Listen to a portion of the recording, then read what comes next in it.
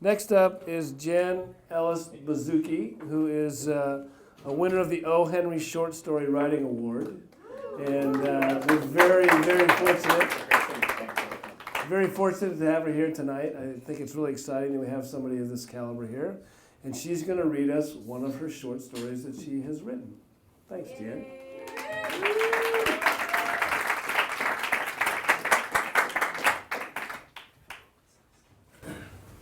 So I told June I would read it, and then I thought I'll find a heartwarming story that I've written. I've been writing for 12 years, and I have not written a heartwarming story. And I've written a lot of stuff about things I don't want to talk about here. And this was the only story I could find that didn't have that kind of stuff. And I wrote it, but it's not heartwarming, and it's kind of sad and dark. And I wrote it after my first cousin, got in a car accident and ended up in a coma. And I'm just going to read it, and I don't have to worry about stance and all that, because I'm just going to read it. It's called Intervention, and it's unpublished. We sit in the waiting room and watch the television high in its corner. We drink the weak coffee. We complain when it goes cold in the pot or when it burns. When a homeless person wanders in, lurking around the plate of stale cookies the staff has put out, we take it upon ourselves to alert hospital security. Under normal circumstances, we might be people who'd turn a blind eye. But these are not normal circumstances, and the trauma ward is no place for tolerance. In the trauma ward, the news is bad and gets worse. The boy's brain fills with fluid. His scores on the coma scale never move beyond 3. He has episodes one after another, small strokes in the night. He was airlifted here after he drove north on Highway 5 back to college under a dull, milky sky, over the grapevine, past fast food outposts and scorched September fields, past the stinking ranch with its acres of cows and dung. When the stink ebbed, he hit an open stretch of road with nothing separating the northbound from the southbound traffic but a narrow strip of dirt. Maybe he leaned over to change the CD. Maybe he flicked a fly from his cheek. Maybe the sunlight blinded him. Maybe the old attention deficit flared and his hands twitched on the steering wheel. The tires hit dirt, the car fishtailed, then skidded across the divider at a speed of 60 miles per hour. In the fast lane in the other direction was a pickup truck. The driver of the pickup truck ended up with broken feet. He, the boy, ended up broken. He was 21. He drank his first legal beer in the bar the day before the accident. He drank a second beer on the couch at home watching the game with his father. He collected his duffel bag and stood at the door waiting to say his goodbyes. But it's not the story you're expecting. He wasn't drunk when the accident happened. He wasn't stoned. He wasn't hungover. He wasn't texting. He was impaired only by the old accident of having been born 16 weeks premature, of being the owner of a nervous system that finished its development in a hospital incubator instead of his mother's womb. His mother, who the afternoon before the accident did not relinquish him to a statistically significant danger like a long solitary drive on a dark highway after 2 beers. The counting of loved ones' drinks was an old habit of hers, the habit of a woman whose father, whose brother, whose grandfather, whose first husband was a drinker. She was a woman for whom that kind of vigilance was second nature. When the game ended and her son went upstairs for his duffel bag, she stood at the kitchen sink, deliberating. A 7-hour drive, 2 beers in 3 hours, well within the legal limit, but she didn't care about legal limits. She cared about her one and only son, her one and only child, whom she'd fought to save from the very beginning. When he was born, he fit in the palm of her hand. When he was born, the doctors said he wouldn't live. When he lived, they said he would never see. When he saw, they said he would never speak. When he spoke, they said he would never read. And yet here he stood, about to begin his senior year in college. Here he stood with his duffel bag after 2 beers, ready to say goodbye. "Why not stay the night?" she said. "Why not head up in the morning?" "I've got stuff to do before classes start, Mom," he said. She hesitated. Her wish was for him to be normal. Her wish was to relieve him of the burden of being the special only child of aging parents. But he was the special child of aging parents. There was no getting around it. He stayed the night. He was up and gone before it was light. They didn't get a chance to make him breakfast or kiss him goodbye. He was airlifted here to the best level 1 trauma unit in the Central Valley. His parents flew when they received the news. The rest of us drove. We left as soon as we could. We arrived in hospital visiting clothes, ready to do our part. But what is our part? We sit in the waiting room and call hospital security when vagrants come for the coffee. We bring in takeout so the boy's mother and father will not have to eat the hospital food. We run errands. We take turns at his bedside. We deal with the mess of the car's remains. We send an entourage to pack up his room at college and transport his things to his parents' home. We watch television and we wait. For 6 days, we wait for the news to get better, but it never does.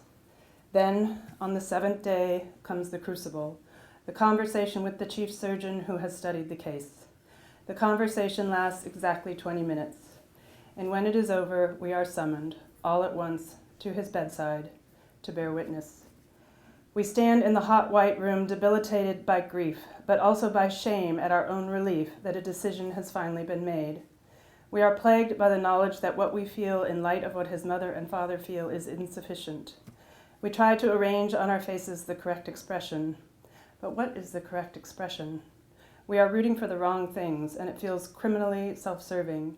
We are rooting for his heart rate to slow, his blood pressure to fall, his respiratory rate to shrink to nothing. The surgeon makes a perfunctory visit to the bedside. He is brisk, too brisk, we think. He is young, too young. It is really the nurse who is in charge now that hope has been shed. The nurse is neither too brisk nor too young. She is short and round and pale, and we have been told she has worked here in the trauma ward for 18 years. Her belly bulges against green scrubs. Her small features crowd together inside the generous flesh of her face. Her teeth are yellow and gaping. Her hair is blonde with dark roots. She has long nails painted red that we cannot help noticing as she makes the first injection into the boy's arm and removes the IV from his hand. She is surprisingly agile. She is the sort of woman who scoots around and takes charge, who is not afraid to step in and bend the rules for good people. After all, she does not want us to stand here for days watching the boy die. But does she think the green scrubs allow her special liberties? She does, because they do. She squeezes the father's hand and administers the final injection. She leans in and whispers to him in a voice we can all hear that she's put in a little extra. She gives the father a look of intimacy and collusion that under any other circumstances would be suspect. She stands so close to him. For a moment it seems she might move her face toward his face and lay her hips on his lips in a kiss. But of course she doesn't do that. That's only a projection of our own fear of betrayal, our own experience of the tyranny of desire. Under normal circumstances, we might inquire about the little extra. We might ask, point blank, if she's just administered a fatal dose of morphine. We might ask about protocol, about doctor's orders, but these are not normal circumstances.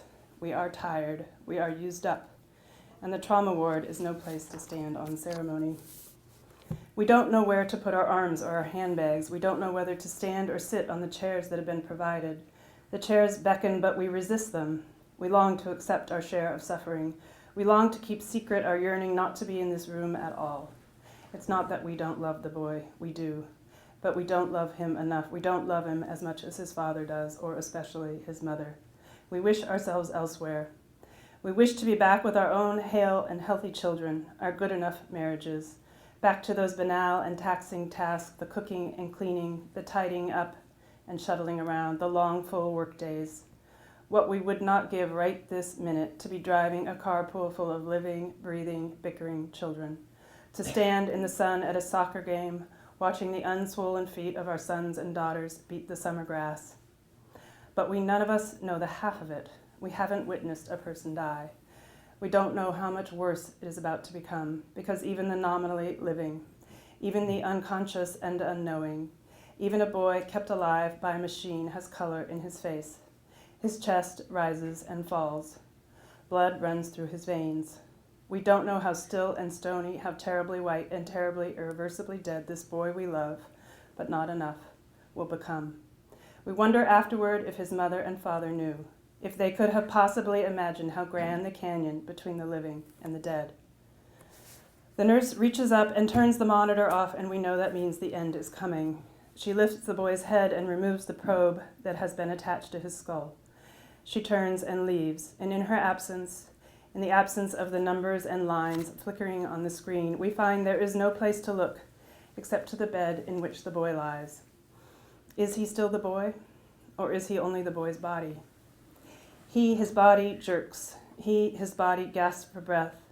He, his body, his hands and feet and face are bloated almost beyond recognition. We focus on what is not damaged. We study the triangle of skin in the center of his face that is pink and clear, a remnant of his innocence. We narrow our vision to his broad, straight, freckled nose and the first delicate sweep of cheek. We pretend to ignore the heightened feeling in the space around his bed, the sacrilege of praying for death. Our hearts beat faster as his slows. We take our sly breaths, hoping nobody will notice. The boy's mother begins to speak. She is not young, but she is beautiful. More beautiful than ever in what we will think of afterward as her finest hour. In her face is a terrifying, a blessed composure. The words move out of her as if they are being dictated, as if they have already been written. She lays her cheek against his. She finds what is still holy inside her, and she pours it into him through his one intact ear. Everything he has meant to her, every memory she holds dear. His whole past and the whole future in which she will carry him within her the way she carried him briefly, too briefly, before he was born. There is a hush in the room when she stops speaking. Into this hush, the nurse returns. She stands on the other side of the bed from the mother, next to the father, and takes the boy's swollen hand and holds it. The mother lays her own hand on her son's head over the bandages, then she jerks it quickly away.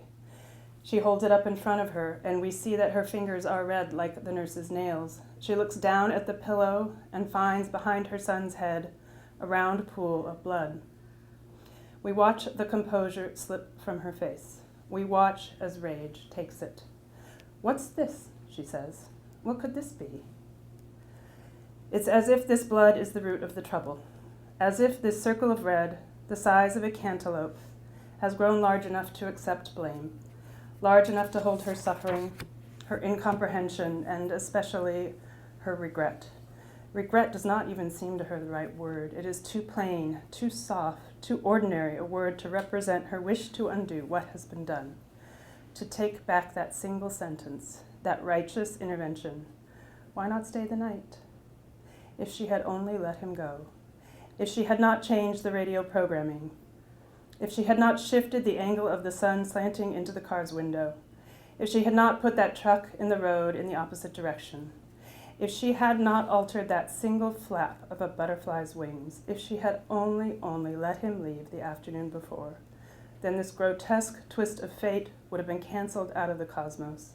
They would, the three of them, herself and her husband and her son, be living together in that other destiny that was meant to have been theirs.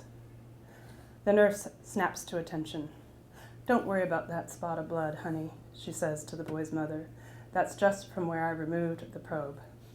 She retrieves a clean pillow from a metal cabinet. She lifts the boy's head, then slips the dirty pillow out and the new one in. She moves to the back of the room, and we see, out of the corners of our eyes, how she sets the pillow on a chair with the bloody side down, as if none of us will remember.